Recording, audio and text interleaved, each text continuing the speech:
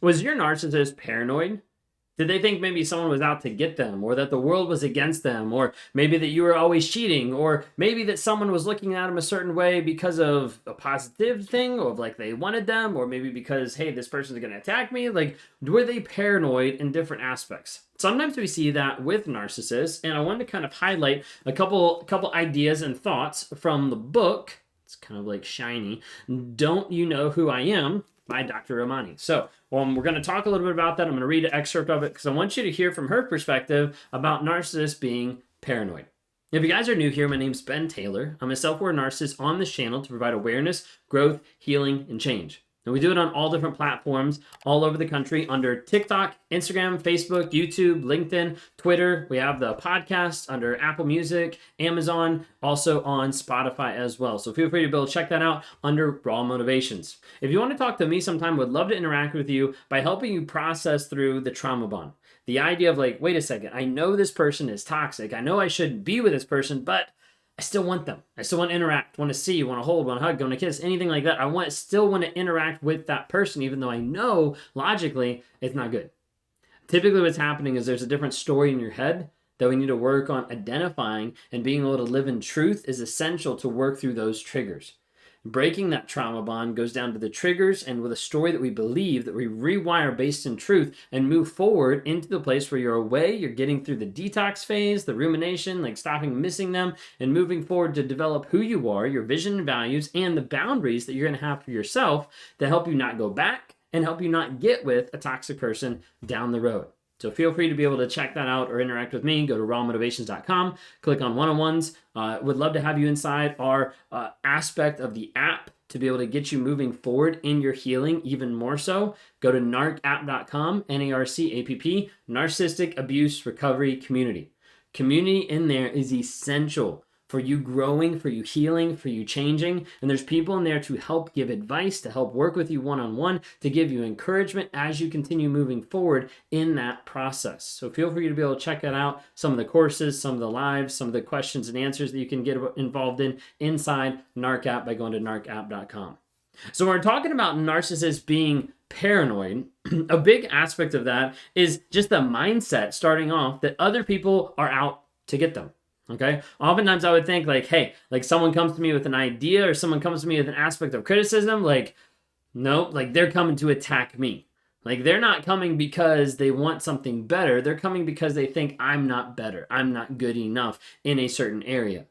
This is why a lot of times you have a lot of criticism coming towards a narcissist that is not able to be handled and results in a blow up, results in another attack towards the other person, because the narcissist oftentimes is switching in their mind being like, your criticism is actually attacking me because I'm such a good person. I don't need this. I'm so perfect. I don't think you see how good I am because you're criticizing me. I don't have a problem. What are you talking about? In that aspect, it comes across as an attack. The narcissist will flip it like that to be as an attack. When we're talking about being paranoid is a strong tendency to feel that you cannot trust other people or that others have bad opinions of you. A lot of times a narcissist has that. Thinking through like, I can't trust that person because, well, I would have done this, or I can't, trust their opinion because I don't know where they're coming from. So there's a big aspect. A lot of narcissists end up being paranoid. You see this sometimes with the criticism. You see this as it actually comes out on a day-to-day basis with a hypersensitivity and being insecure.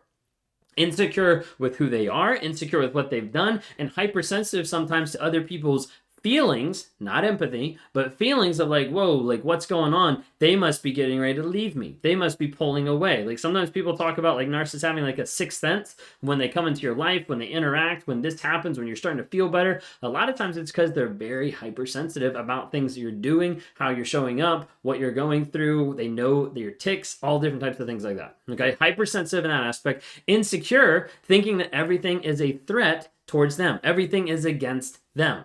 You'll see this oftentimes with criticism. We just talked about that. That's one of the big ones. You see an aspect of it being in rejection. Like, I can't believe you rejected me. You see it in aspects of abandonment, and how those two kind of coincide is like when the narcissist leaves you and still switches it in their mind of like, I can't believe they were so awful that I had to leave because they rejected me. Like, that's like the flip. Or you go out and you come back and they're like, can't believe you left me. Like, I didn't have anything to do. I had to sit around the house the whole time, missing you. And like, they'll twist it around. More like covert side, but twist it around.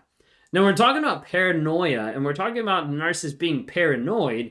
It's not like it's like psychotic. Like, they're not like crazy out there. It's not necessarily a delusional level. Sometimes it is, but it's not always on a delusional level. It's more like looking at life and seeing how life is evolving and thinking like, wait a second, when this doesn't happen the way that I want it to happen, then life is unfair and life has people out to get me.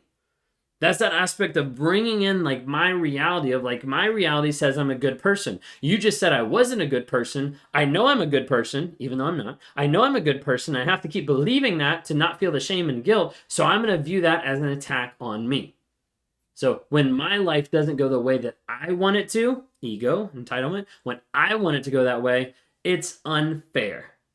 And as a result, everybody's out to get me. Okay, that's the thought process. You see sometimes narcissists, even on social media, where they're complaining and they're upset, like life is unfair, everybody's out to get me. That's the whole like paranoia, like delusional level of like, wait a second, like everyone's not out to get you. You're just viewing it through that frame, through that lens.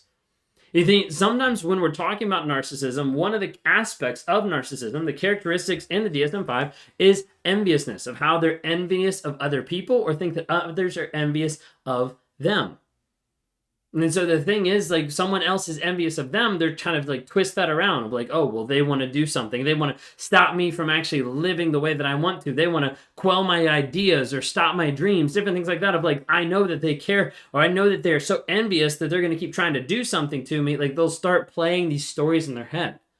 They'll think that people are plotting against them, like trying to make their life miserable. You know, they'll leave a litany of broken hearts and then flip the story. That way people looking back at it being like, whoa, like what actually happened? Well, it was because all these people, like they were attacking me.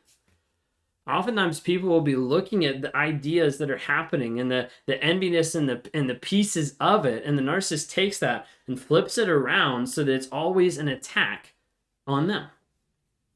Maybe it could be like thinking the partner is plotting on cheating or on doing something. Maybe, you know, there's different aspects in the relationship that they're going to twist. You see, the thing with it, and the thing with the aspect of paranoid, is also the idea that they know what they're doing. They know as they're going through life how they're hurting, how they're dissolving friendships, ruining different things, and they just keep going. They know that that's happening. And there's almost like a level at times too of like, I might be a little paranoid because I know all the stuff that I've done. Karma might come back and be in the form of one of these people coming into my life. So I also need to be careful, like maybe something's actually going on. So paranoia kind of goes up as well. Oftentimes they'll see like groups of people as being like threats to them as well.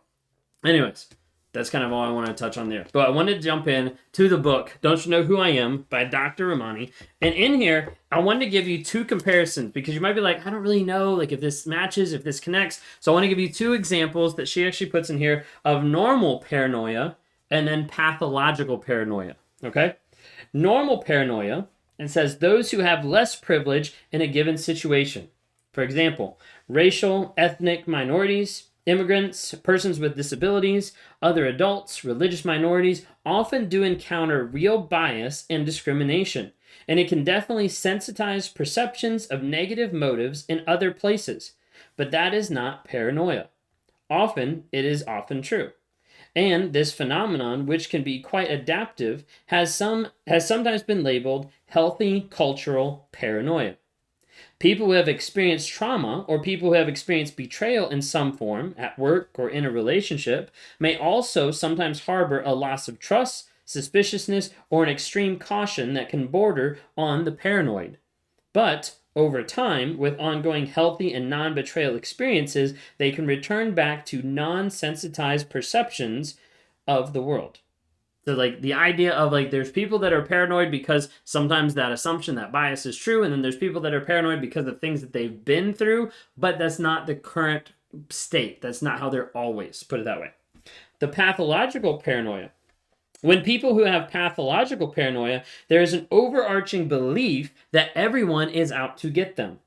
Obviously, if it is frank paranoia, the belief that aliens are reading one's mind or stealing one's information, then this may be a sign of more severe mental illness, such as schizophrenia, other psychotic spectrum disorders, or bipolar disorder, or may be byproduct of substance abuse.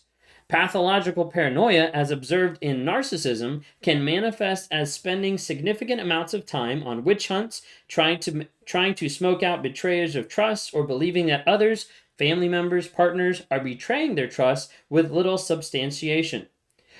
Pathological paranoia can result in workplaces that are tense and mistrustful, with everyone concerned about the informants amongst them.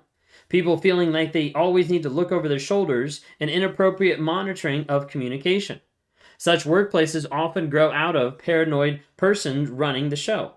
In close relationships, it is not unusual for paranoid partners to use cameras in the household to watch the comings and goings of visitors, trackers on cars, phone locator services, and private investigators to track down a partner's movements, all with the goal of catching a person who may be betraying them. Did someone say stalking? Finally, we may see prejudice and diverse discourse, or even the spewing of what feels like conspiracy theories that may be more at home in an inflammatory news network than as a part of normal, circumspect conversation. How does the paranoia make you feel? And it says here, confused, on edge, suspicious, betrayed, and violated. Those are a couple aspects. Hopefully that makes sense and it connects a little bit of what's actually going on about Narcissus being paranoid, and also some of her talking through how that actually looks, how that actually feels in those moments.